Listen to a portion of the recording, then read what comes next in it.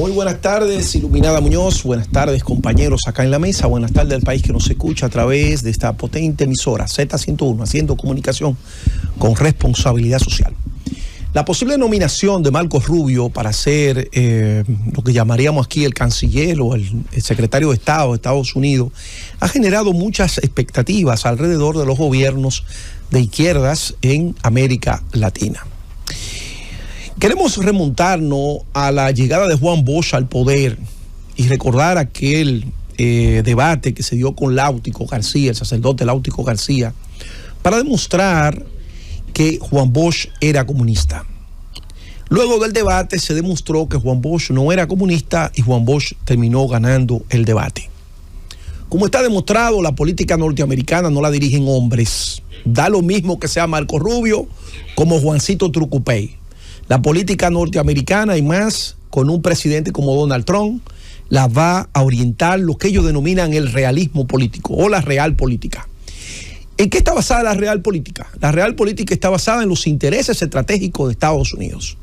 Discutiblemente, como decíamos acá, cuando los compañeros se encolumnaban y apoyaban a Kamala, presentando a Donald Trump como un carajo a la vela, nosotros salimos al frente con este micrófono y decíamos, con Donald Trump no es un loco viejo, no es un improvisado y se está dirigiendo a un público electoral que le sigue en Estados Unidos. Y pusimos ejemplo. Donald Trump rompió el hielo cuando fue a la Corea del Norte y se reunió con Kim Jong-un. Algo que nadie estaba esperando en ese momento, puesto que este señor ha sido una amenaza tanto para los intereses occidentales en la región de Asia, pero específicamente para Japón. Y Donald Trump fue y se juntó con él y hablaron. Pero también Donald Trump estableció una relación muy estrecha con Vladimir Putin, un líder de la Euroasia que es innegable. No se puede, vamos a decir, ignorar su poder y su influencia dentro de la región. También Donald Trump hizo importantes reuniones y acuerdos con otros líderes de la esfera mundial. ¿Qué queremos decir con esto? Que a Donald Trump los que lo van a mover son los intereses estratégicos de Estados Unidos. Y su discurso, su plataforma ha estado basada en eso. América primero, América primero. Por ejemplo, cuando en el Acuerdo de París se firmó, Donald Trump sacó, Obama firmó el Acuerdo de París con el tema climático y Donald Trump sacó a Estados Unidos de ese acuerdo. Y cuando le preguntaron que por qué hizo eso, dice, porque no voy a sacrificar. A mí no me escogieron para gobernar a París, a mí me escogieron para gobernar Pittsburgh. Pittsburgh es una de las zonas de las ciudades donde la parte industrial es muy importante, minera en Estados Unidos, pertenece al estado de Pensilvania. ¿Qué queremos decir con esto? Que Donald Trump es una persona que sabe mover las fichas en el tablero de la geopolítica mundial. Desde mi punto de vista, creo que a Venezuela, en cierto modo, en términos de geopolítica, ahora mismo tiene unos aliados que, por la situación en la que se encuentran, está muy debilitado. ¿Con quién cuenta Maduro? Maduro cuenta con el régimen de los ayatolas, Irán, el cual se encuentra en una situación geopolítica muy difícil frente al gobierno de Israel. ¿Con cuál es otro aliado de Maduro en la región o en el globo terráqueo? China. Pero en todo modo, China es un país que durante todos los años después de Deng Xiaoping, que cambió el modelo comunista al modelo comunista de Estado basado en el capitalismo de Estado, ha tenido una política ecléctica dentro de la comunidad de naciones. China no se involucra de manera directa en conflicto. China presenta las armas, presenta su gran desarrollo tecnológico en términos de los armamentos, pero China no se involucra en guerra de manera directa con ningún otro Estado. ¿En qué se interviene China? En seguir siendo la locomotora del mundo y convertirse en 2-3 años en la primera economía del mundo. Y esto así, puesto que Estados Unidos, la gran deuda que tiene acumulada es deuda del gobierno chino. El otro aliado de Venezuela, ¿cuál es? El otro aliado de Venezuela es Vladimir Putin y Rusia. Pero ¿qué pasa con Rusia? Rusia tiene una situación en la parte de Euroasia muy complicada. La guerra con Ucrania lo tiene empantanado. ¿Por qué? porque pensó que iba a ser algo rápido, pero la influencia de los países que están ahí alrededor de la OTAN y en Europa y el financiamiento de Estados Unidos con armamento ha hecho que esa guerra sea prolongada y le ha generado una situación con la pérdida de soldados rusos en su sociedad, en Rusia, ante la opinión pública, que ha provocado que ahora tenga que armar un ejército de mercenarios utilizando militares norcoreanos. ¿Qué plantea todo esto? Entonces esto plantea que tiene que volver a sentarse en la mesa de la política. Como decía von Clausewitz, ¿qué era la guerra para von Clausewitz? La continuidad de la política con otros medios. Entonces la llegada de Donald Trump le permite a Vladimir Putin volver a dar un paso hacia atrás y sentarse en la mesa de la negociación. ¿Cómo entra ahora en este contexto Maduro y la derecha que dirige América Latina en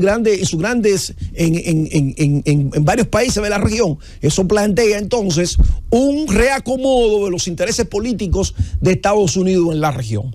Por ejemplo, conociendo el pragmatismo de Trump frente a la invasión rusa en Ucrania, perfectamente eso se podría dar en política, vamos a decir, de intereses geopolíticos.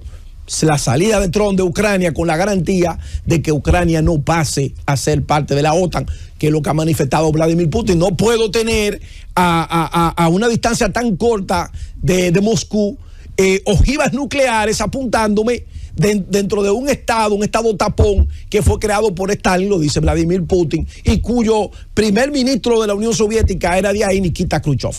Y Vladimir Putin entiende que Ucrania es parte de lo que se llamó el antiguo pueblo ruso.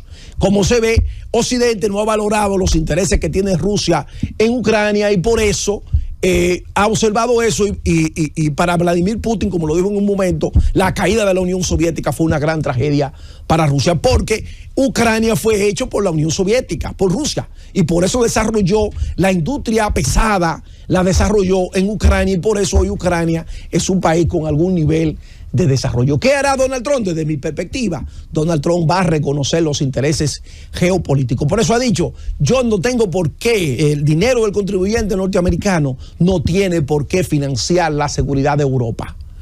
Y usted paga seguridad cuando usted tiene amenaza. Si usted no tiene amenaza, usted no tiene por qué pagar seguridad. ¿Y cuál es la amenaza para Europa? La amenaza para Europa es Rusia. Entonces, un acuerdo de reconocimiento de los espacios vitales, como diría Hitler, del estado vital, el espacio vital de la Alemania nazi. Ese espacio vital está ahí en la zona del Mar Negro, de Sebastopol y todo lo que tiene que ver con la región de Ucrania. Si eso está garantizado, ya no hay por qué gastar grandes presupuestos en armamento para garantizar la seguridad de Europa. Entonces, en conclusión, entiendo que lo que va a primar en esta gestión de Trump, que encuentra el mundo bien cementado en términos de los intereses geopolíticos, es entender la política con ese pragmatismo que muchos políticos antes de Trump han reconocido en su política exterior con Estados Unidos.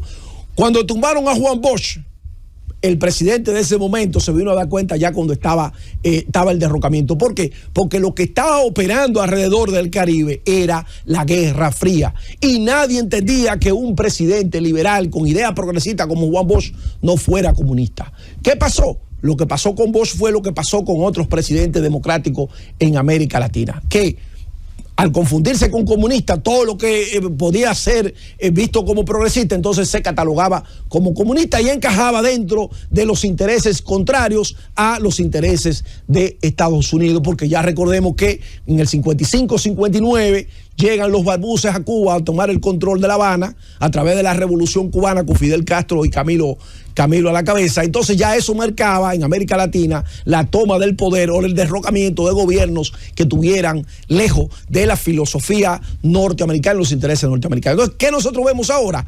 Que habrá perfectamente un intercambio de fichas estratégicas. En ese escenario entraría Ucrania para los rusos y entraría Venezuela para Estados Unidos dentro de todo este tinglado de intereses geoestratégicos. En definitiva, Marco Rubio o Juancito Pérez daría lo mismo, porque en definitiva la gestión de Donald Trump al frente de Estados Unidos lo va a marcar la geopolítica.